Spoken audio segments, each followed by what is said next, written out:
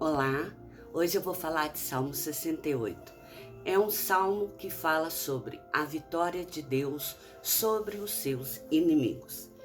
Alguns estudiosos costumam dizer que este salmo tenha sido escrito por Davi. Porém, estes mesmos estudiosos, eles supõem que este salmo ele foi composto relatando os conflitos do povo hebreu antes da época do próprio Davi. Foi num período antes em que o povo hebreu fosse levado ao cativeiro babilônico. Em alguma ocasião que se levou a arca da casa de Obed-edom para colocá-la no lugar em que havia sido preparado, que é a tenda do tabernáculo. A composição desse salmo, ele relata os fatos de quando a nação hebraica ela era uma, ou seja, antes da separação da nação por tribos e a formação de reinos de Israel sobre o governo de Jeroboão. Isso é percebido pelo fato das tribos mencionarem Benjamim, Judá, Zebulon e Naftalim, que são tribos que são mencionadas como participantes nas solenidades que eram prestadas a Deus. E, enfim, o Salmo ele tem por objetivo enfatizar os triunfos passados e as expectativas de triunfos futuros do povo de Israel. Então, se for uma composição de Davi, é uma composição relatando algo que já aconteceu. Ele está fazendo um louvor a Deus, contando o fato que se passou. E o Salmo diz o seguinte: levanta-se, Deus, dispersam-se os seus inimigos, de sua presença fogem os que o aborrecem. Como se dissipa a fumaça, assim tu os dispersas. Como se derrete a cera ante o fogo, assim a presença de Deus perece os iníquos. Os justos, porém, se regozijam, exultam na presença de Deus e folgam de alegria. Cantai a Deus, salmodiai o seu nome, exaltai o que cavalga sobre as nuvens. Senhor é o seu nome, exultai diante dele. Aqui no Salmo inicia dirigindo a Deus um clamor de que ele se erga, pois isso extinguirá os pecadores da face da terra.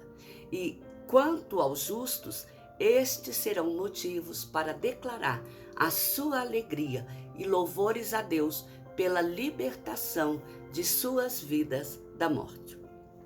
E o Salmo continua: Pai dos órfãos e juiz das viúvas é Deus em sua santa morada.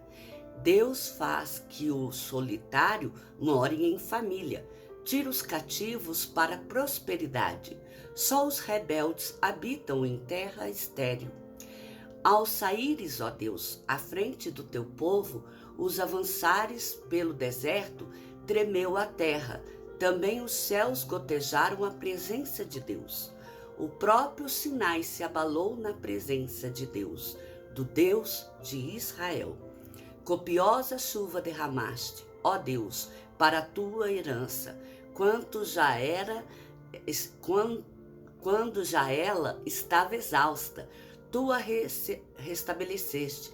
Aí habitou a tua grei, quer dizer, a tua igreja. Em tua bondade, ó Deus, fizeste provisão para os necessitados. O Senhor deu a palavra. Grande é a falange das mensageiras das boas novas. Aqui mostra que, diferente do tratar com o ímpio, Deus cuida dos indefesos e necessitados, porque Deus supre as suas necessidades e julga as suas causas segundo a carência de cada uma delas. Até mesmo na travessia do deserto, Deus cuidou do povo para que nada lhe faltasse ou lhe fosse pesado demais. Este salmo mostra que tudo isso foi feito pela bondade do Senhor para com a sua igreja, para o bem-estar do povo que é escolhido dele e que Deus, ele cumpre todas as suas promessas. Mais à frente o Salmo diz: Rei de exércitos, fogem e fogem. A dona de casa reparte os despojos. Por que repousais entre as cercas dos apriscos? As asas das pombas são cobertas de prata, cujas penas maiores têm o brilho flavo do ouro. Quando o Todo-Poderoso ali dispersa os reis, cai neve sobre o monte Zalmon. O monte de Deus é Bazã, serra de elevações, é um monte de Bazã. Por que olhais com inveja os montes elevados, o monte de Deus escolheu para sua habitação? O Senhor habitará nele para sempre. Os carros de Deus são 20.000, sim, milhares de milhares. No meio deles está o Senhor. O Sinai tornou-se em santuário. Subiste às alturas, levastes cativo o cativeiro, recebestes homens por dádivas, até mesmo rebeldes, para que o Senhor Deus habite no meio dele. Bendito seja o Senhor que, dia a dia, leva o nosso fardo. Deus é a nossa salvação. O nosso Deus é o nosso libertador. Com Deus, o Senhor, está ao escaparmos da morte. Sim, Deus parte a cabeça dos seus inimigos e o cabeludo crânio do que anda nos seus próprios delitos.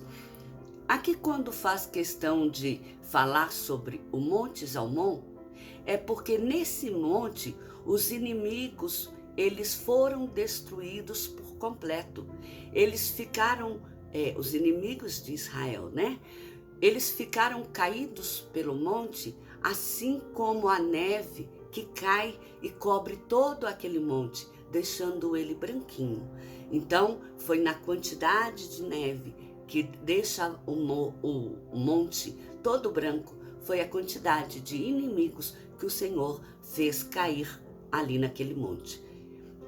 E quando fala do monte de Bazã, que é o monte de Deus, é porque é nesse monte onde se está enterrado a arca do Senhor. A arca que estava sendo transportada de pelos levitas, né, na caminhada pelo deserto. Então, é por isso que o Senhor faz que ali é o monte onde faz a morada do Senhor. Nessa parte, o Salmo, ele faz uma recordação poética do momento em que Deus guiou o seu povo pelo deserto, rumo a Canaã, a terra prometida.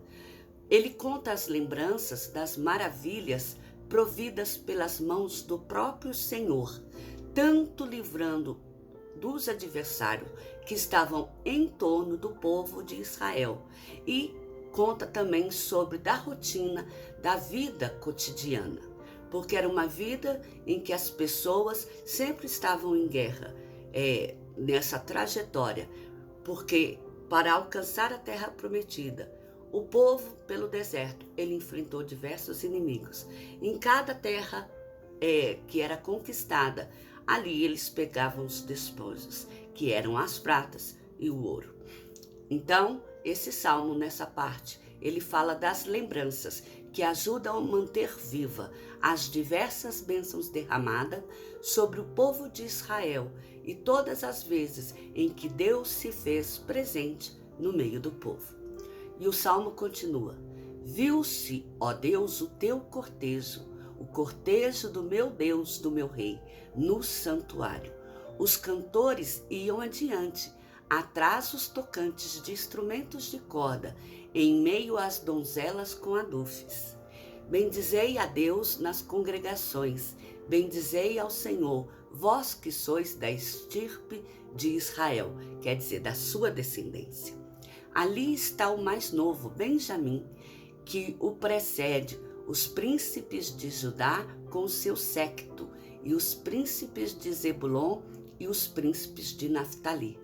Reúne, ó Deus, a tua graça, força divina, que usaste a nosso favor, oriunda do teu templo em Jerusalém.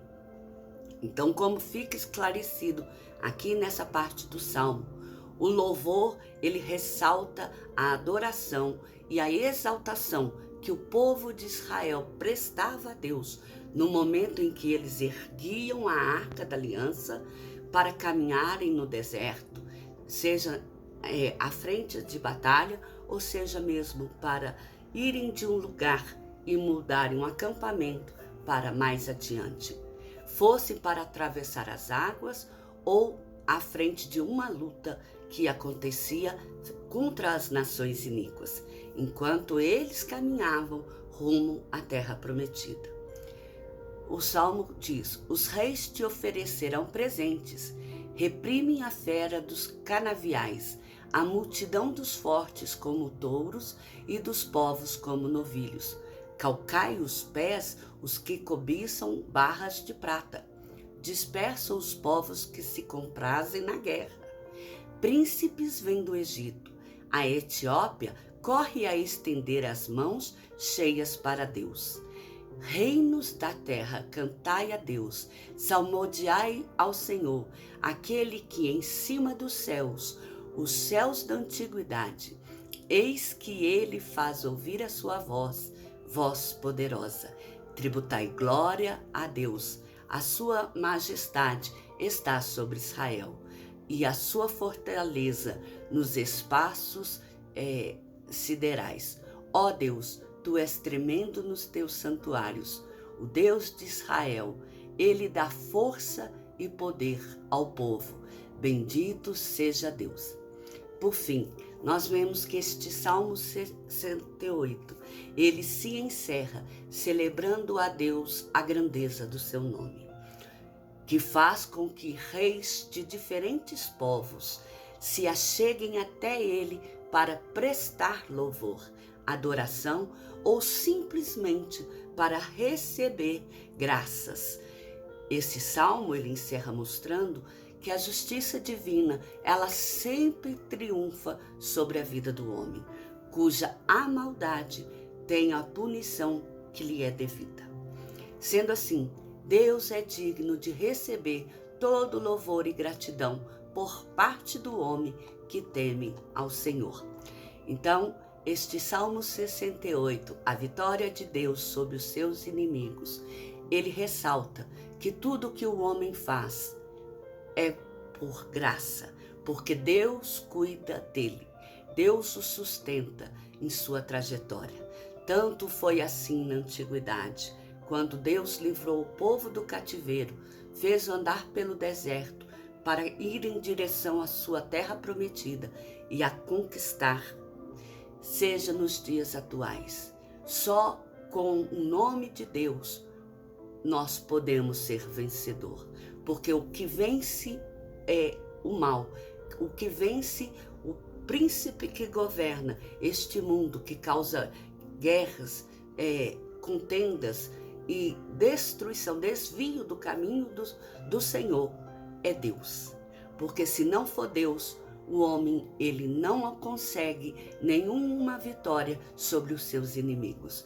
Por isso que o homem deve ter sempre no seu coração um coração pronto a louvar a Deus, a engrandecer. Então, este salmo mostra aqui que é um salmo de recordação de um povo que agradece a Deus por todos os feitos que ele realizou, por todas as graças e dádivas alcançadas da parte de Deus. Não foi uma época em que Davi viveu, mas foi uma época em que Davi, neste salmo, ele quer louvar a Deus e quer que fique de modelo para os povos de como é o amor do Senhor. Um amor que faz, inclusive, a escolha de onde é o seu altar, qual monte será, porque Deus sabia que ali naquele monte estaria os restos, estaria a arca, né? Ela seria guardada, o monte de Bazã. Então, por isso que fala nesse monte, lembrando que o outro monte que aqui se torna, que torna a falar que é o de Zamom, é o monte onde perecem os inimigos do Senhor. E naquela quantidade que eles são destruídos, que é como a quantidade de neve que cai, que é uma quantidade incontável. É as possibilidades que o Senhor dá de livramento às pessoas. É um livramento sem medida. Que Deus abençoe a cada um de nós. Amém?